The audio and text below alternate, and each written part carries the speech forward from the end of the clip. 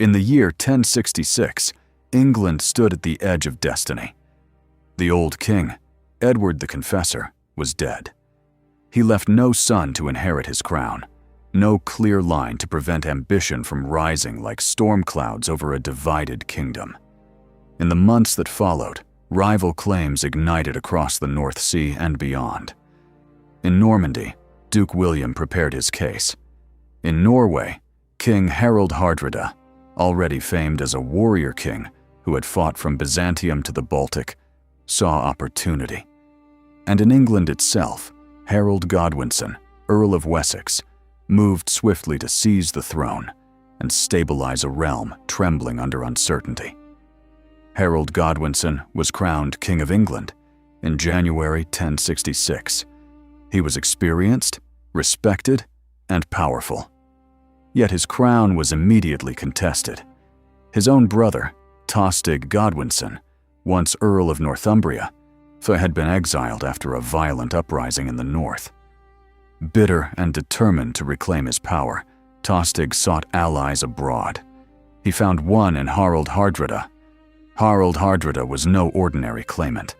He was a towering figure of the Viking world, a seasoned commander whose reputation for ferocity and discipline had spread across Europe.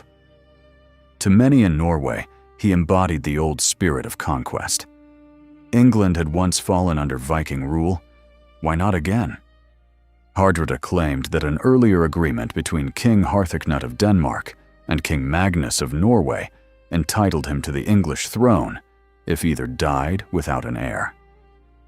Edward the Confessor had done exactly that. By late summer of 1066, Hardrada had assembled a vast fleet, perhaps 300 ships, and a formidable army of seasoned Norse warriors. Tostig joined him on bringing knowledge of England's northern politics and promises of support. Together, they sailed across the North Sea and landed on the northeast coast of England.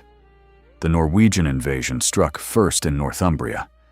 On September 20th, 1066, at the Battle of Fulford, Hardrada and Tostig defeated the northern earls Edwin and Morcar near York. The English resistance in the north crumbled. York surrendered shortly after, offering hostages and supplies. Hardrada's position seemed secure.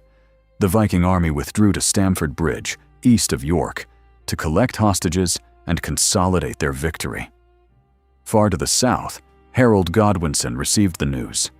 He had been stationed on the southern coast throughout the summer, anticipating a Norman invasion from across the Channel. His forces had waited for months, but the winds had delayed William of Normandy. When the threat did not materialize, Harold had dismissed much of his fyrd, the local militia, allowing them to return home for harvest. Now the kingdom was threatened from the north. Harold did not hesitate. In one of the most remarkable forced marches in medieval history, he gathered his housecarls, the professional core of his army, and whatever fyrd he could summon quickly. Then he marched north at speed, covering nearly 200 miles in just 4 days. Through rain and exhaustion, along Roman roads and muddy tracks, the English king pushed his men onward. Surprise would be his weapon. On September 25th, 1066, Harold Godwinson's army approached Stamford Bridge. The Norwegians were not prepared for battle. Confident that the English resistance had been broken, so many of Hardrada's warriors had left their heavy armor behind on the ships at Rickhall. The day was warm, unusually so for late September. The Viking host gathered on the east side of the River Derwent, some scattered, some awaiting the hostages promised by York. Then the English army appeared on the western side of the river. Accounts describe confusion among the Norse ranks as the reality dawned. This was not a small force of local resistance. It was the king himself, and with him came the hardened core of England's military strength. Between the two armies lay the narrow bridge over the River Derwent.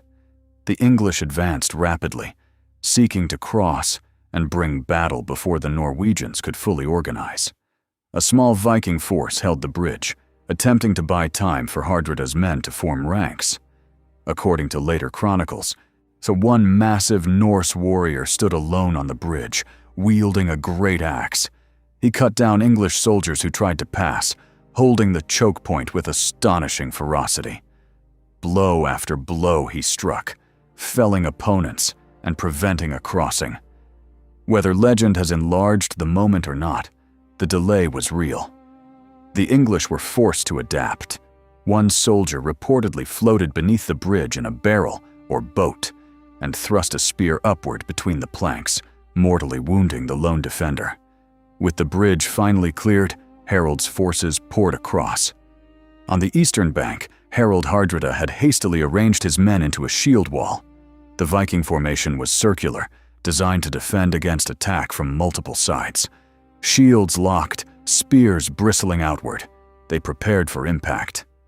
Hardrada himself stood at the center, towering and resolute. He wore no mail shirt, perhaps due to the heat, but carried his banner, Land Waster, the Land Ravager. The English advanced in disciplined ranks. Harold's housecarls formed the backbone of the assault, wielding heavy two-handed axes capable of cleaving through shield and mail alike. Around them gathered the Fyrd, less experienced, but determined. The clash was violent and immediate. Axes rang against shields, spears thrust and withdrew. The air filled with shouts in Old English and Old Norse. Men slipped in blood and mud. The shield walls pressed against one another, each side striving to break the cohesion of the other. For the Norwegians, the stakes were enormous. Victory meant a renewed Viking dominion over England. For the English, defeat meant the collapse of Harold's fragile reign. Hardrada fought fiercely.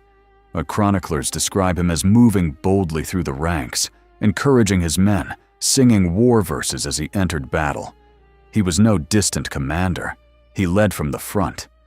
But the English assault was relentless. At some point during the fighting, an arrow struck Harald Hardrada in the throat. The king fell, and with him, the symbol of Norwegian ambition. His death sent shockwaves through the Viking ranks. Yet the battle did not end immediately. Tostig Godwinson stepped forward to rally the remaining forces. The English king reportedly offered his brother peace, restoration of lands and position, if he would surrender. Tostig refused. Pride, resentment, and ambition bound him to the cause he had chosen. The fighting resumed with renewed fury. The Norwegian shield wall wavered, but did not collapse outright. Reinforcements, too hastily summoned from recall, began arriving under the command of Eystein Ore. They had marched at speed, wearing full armor under the hot sun. When they reached the battlefield, exhausted and overheated, they plunged directly into combat. This phase of the battle became known as Ore's Storm. The Norwegians fought desperately, attempting to reverse the tide. But fatigue weighed heavily on them. The English, though strained from their own forced march, had the advantage of momentum and organization. Gradually, the Norwegian resistance faltered. Tostig was killed. Eystein Ore fell. Leaderless and encircled, the Viking army broke apart. Some fled toward the ships, others were cut down where they stood. By the end of the day, the field near Stamford Bridge was strewn with the dead. So of the hundreds of ships that had brought the Norwegian host to England, only a fraction were needed to carry survivors home.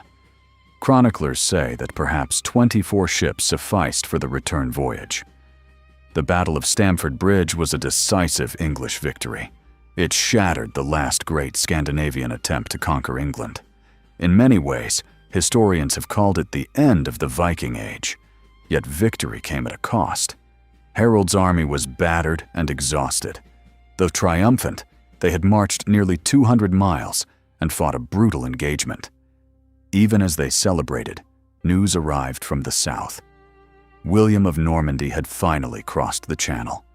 He had landed at Pevensey on September 28th, just 3 days after Stamford Bridge. The storm had only shifted direction. Harold now faced a choice as critical as any he had yet made. He could rest and consolidate in the north, or he could march south immediately to confront the Norman threat. Delay risked allowing William to ravage the countryside and gather support. Action meant another forced march and another battle against a fresh and well-prepared enemy. True to his nature, Harold chose speed. Within days, he turned his weary army southward. Once again, they marched the length of England. The victory at Stamford Bridge, glorious as it was, had drained strength that might have been needed in the struggle to come. On October 14th, 1066, less than 3 weeks after defeating Hardrada, Harold Godwinson faced William of Normandy at the Battle of Hastings. There, fate turned against him. The English king was killed, and with his death came the Norman conquest. Looking back, Stamford Bridge stands as both triumph and tragedy. It was the last great clash of Anglo-Saxon England against a Viking invader, a final echo of centuries of conflict across the North Sea. It demonstrated Harold's decisiveness, the resilience of English arms, and the enduring ferocity of Norse warriors. It also exhausted the very forces that might have secured his reign. The field at Stamford Bridge, quiet now beneath open sky and gentle river, once thundered with the sound of shield on shield and axe on mail. There, 2 brothers fought on opposite sides.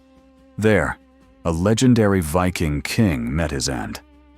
There, England won a battle that marked the closing of one era even as another loomed. In the span of 3 weeks, England faced 2 invasions and 2 defining battles. Stamford Bridge was the first, and in its immediate aftermath, it seemed to secure Harold's throne. Yet history rarely grants simple victories.